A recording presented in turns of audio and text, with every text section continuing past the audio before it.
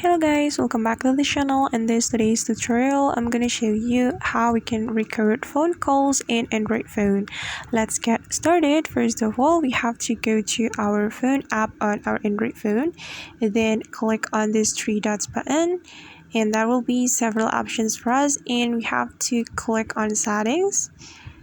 And since we want to record phone calls, we can click on record calls, then click on this toggle button to activate the auto record calls. Just tap on this toggle button.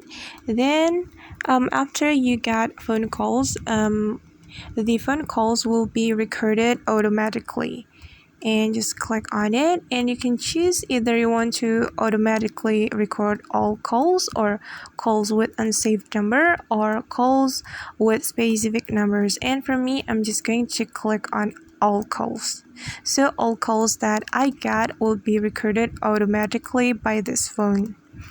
Okay guys, and that's how we can record calls on Android phone. I hope this video will be useful for you. Thank you so much for watching, and see you on the next video.